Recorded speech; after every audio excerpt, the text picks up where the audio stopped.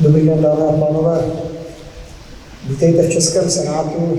Já jsem velmi rád, že Český senát může být při zahájení Evropského týdne mobility tady v České republice. A na úvod chci všem z vás, kteří dneska přispívají k tomu, že se začínáme ve městech a nejen ve městech pohybovat trošku jiným způsobem, než je dneska zvykem, poděkovat, protože skutečně životní prostředí a čistota životního prostředí je věc pro kulturu života ve městech a pro kvalitu života ve městech naprosto zásadní. Pokud já se mám vyjádřit k městské mobilitě a podpoře městské mobility mojí osobou, tak se přiznám, že já nejvíce preferuji městskou mobilitu, která spoléhá na vlastní nohy. Myslím si, že kam můžeme dojít pěšky, tam bychom měli chodit pěšky, a kam můžeme doběhnout, tak bychom měli doběhnout.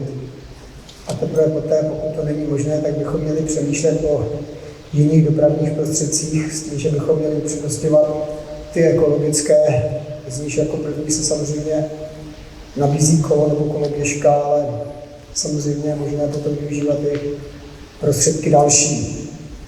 Pokud proto města vytvářejí podmínky tím, že máme krásné pěší zóny, anebo tím, že máme cyklostezky nebo cyklotrasy, tak je to jedně dobře, a pokud já jsem informován, tak právě vy, co jste tady přítomní, tak i za tímto účelem jste realizovali nebo hodláte realizovat různé projekty, ať je to v rámci projektů, kterým já říkám, že to jsou to projekty lidí, kteří mění města, jsou proměňovači života a pohybu ve městech, a nebo jsou to projekty jiného typu.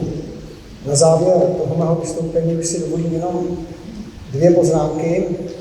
Ta první je taková, která je takovým malým popíchnutím vůči všem těm, co preferují kolo, které já mám také velmi rád, a pohyb na kole. Musím říct, že mám trošku jako běžec problém s tím, že my běžci jsme v rámci vzniku takzvaných, já tomu říkám, běhostezek, diskriminováni, protože kamkoliv přijedu, tak vždycky mi všichni nabídnou, abych se někam měl projet na kole, a jsou tam vyznačené cyklostezky, a když se zeptám, kam se mohu jít proběhnout, tak mi zase pošlou na cyklostezku. A já se chci jít proběhnout třeba někam jinam, než je cyklostezka, ale běhostezky, kde se zatím nikdo moc nestará. Tak se omlouvám, jako běžec jsem si to nemohl odpustit. A druhá věc, a to je na mojí kolegyni z Ministerstva životního prostředí, podle informací, které mám, je to dneska tak, že v České republice je průměrné stáří auta 14,5 roku.